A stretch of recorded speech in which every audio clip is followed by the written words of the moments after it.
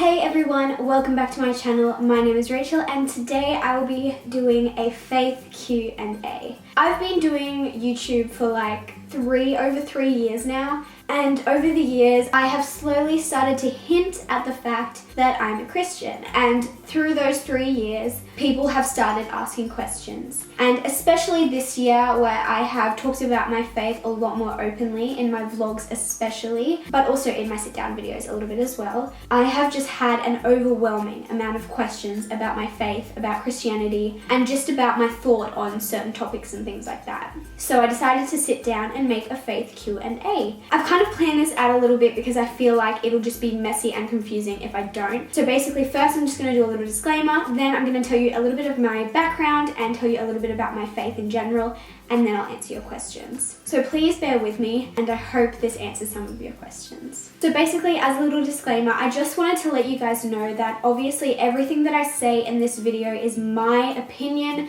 my perspective, and it's based off the way that I live my life personally. It is based off my beliefs, my values, my morals. I've put off this video for so long because I never want anyone to think that I'm telling them how to live their life or telling them that they're a bad person if they don't live exactly the way that I do, or I don't want to get judged because I don't want people to think that I'm an idiot. But I know that I can't do this video without some people disagreeing with what I have to say, and that's totally fine because everyone lives their life in completely different ways and everyone's a completely different person. I just wanted to make it very clear that this is the way that I live my life, and these are my opinions and my perspectives based on my own beliefs, and I'm not trying to force them on anyone else. And I hope I don't offend anyone by anything that I say, because I'm just telling you what I believe is truth. And so if you don't agree with some of the things I'm saying, that's completely fine. If you guys think I'm an idiot for believing what I believe or thinking the way I think, that is fine. I don't care.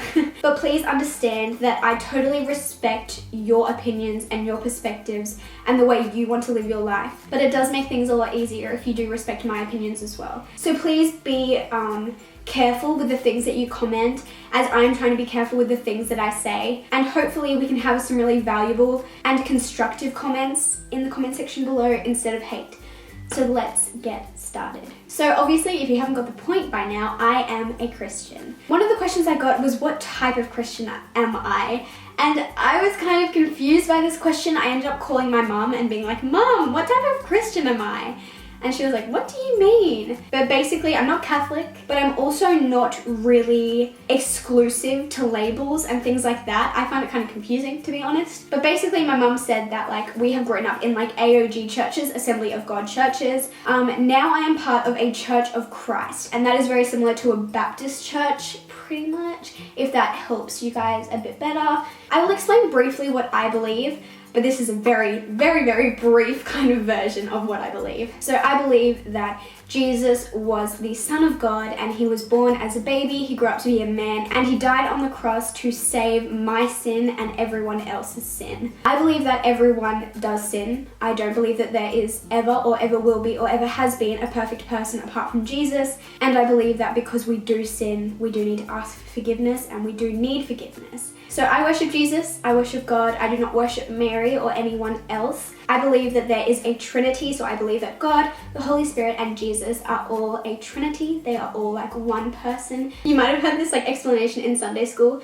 but basically you know how there is water as a liquid, there is water as a solid, which is ice, and there is water as the gas, which is just like steam, but they are all the same thing. They're just in different versions, and that's how I perceive God, the Holy Spirit, and Jesus. In my opinion, a Christian is someone who invites Jesus into their heart, into their life, and devotes their life to God, to following God. Someone who picks up their cross and carries it for the name of Jesus. And that is basically a very short version of what I believe. And hopefully that makes sense. A lot of it probably won't make sense, but I just wanted to state what I believe. So I became a Christian, so I gave my heart to Jesus. I decided to follow him and decided to give my life to him when I was 5 or 6 years old. I know a lot of people will say that is very young. It is very young, but I have never changed my mind since that point. So I don't regret making that decision as a young child. I don't think it was stupid. I think I understood, and I do believe it came from my heart, and that's all that it really matters to me.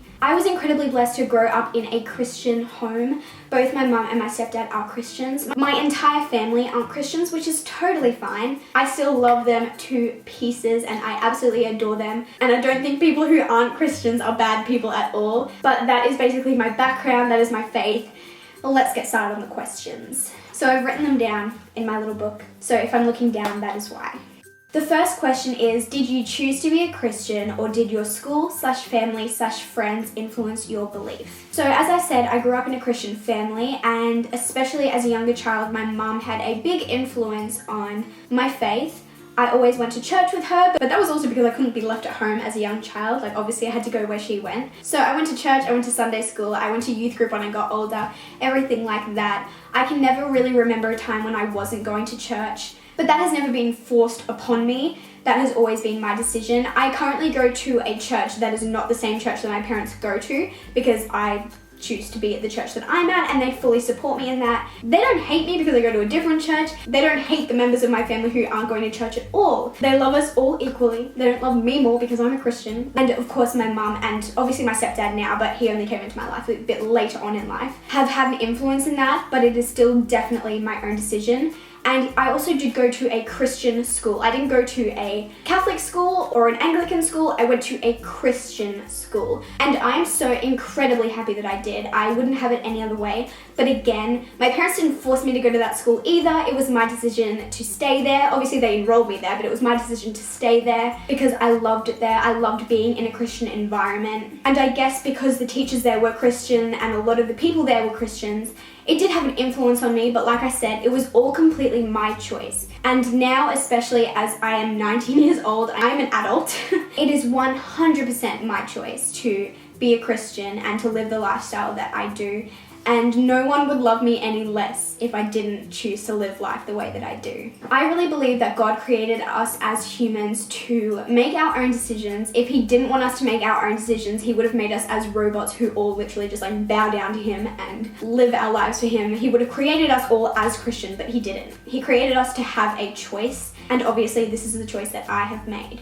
How do you deal with people saying or thinking that you are stupid for believing in God? Like I said earlier, I was very, very lucky and very, very blessed to grow up in environments where Christianity was supported, but I definitely have come across many, many people who think that Christianity is stupid or is false, which is fine if they want to think that. For me, God is my number one. He comes before my friends, before my family. He comes before any other relationship that I have. And when you love something or someone that much and your whole heart is in that and you truly believe that that is the truth and that is the purpose of life, then what everyone else says doesn't really matter. I truly think that what I believe is 100% true, and so nothing that anyone ever says will change that. I don't really care if people think I'm stupid. This is what I believe and this is how I live my life.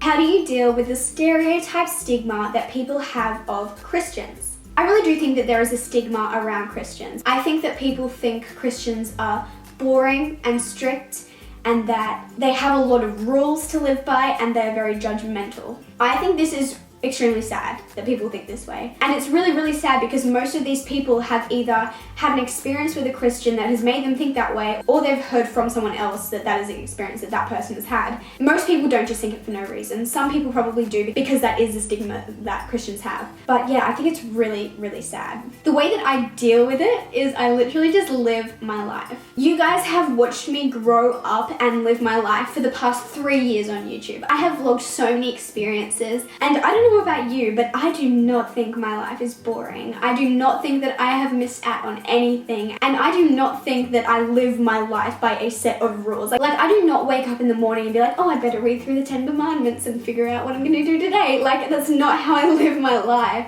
And so for people to think that Christians are very strict and boring and missing out on life, I think is completely false. And in the same way, how do I deal with people thinking that Christians are judgmental? I really think that actions speak louder than words. So if I was someone who walked around judging everyone and people knew I was a Christian, they would perceive me as a judgmental Christian. But Jesus said in the Bible that the most important, the number one commandment that we should be keeping is to love your neighbor as you love yourself. And it's so sad that Christians have this stigma of being judgmental, because if we are to live by that commandment, if we are to love other people as much as we love ourselves, We shouldn't be judgmental whatsoever. So basically what I try to do personally is love people and care for people and be kind to people as much as I possibly can, because that is what I believe is the essence of being a Christian and what a Christian should be perceived as. So how do I deal with that? I just try and prove those people wrong by acting in a way that God tells us to act, not in the way that people think we act.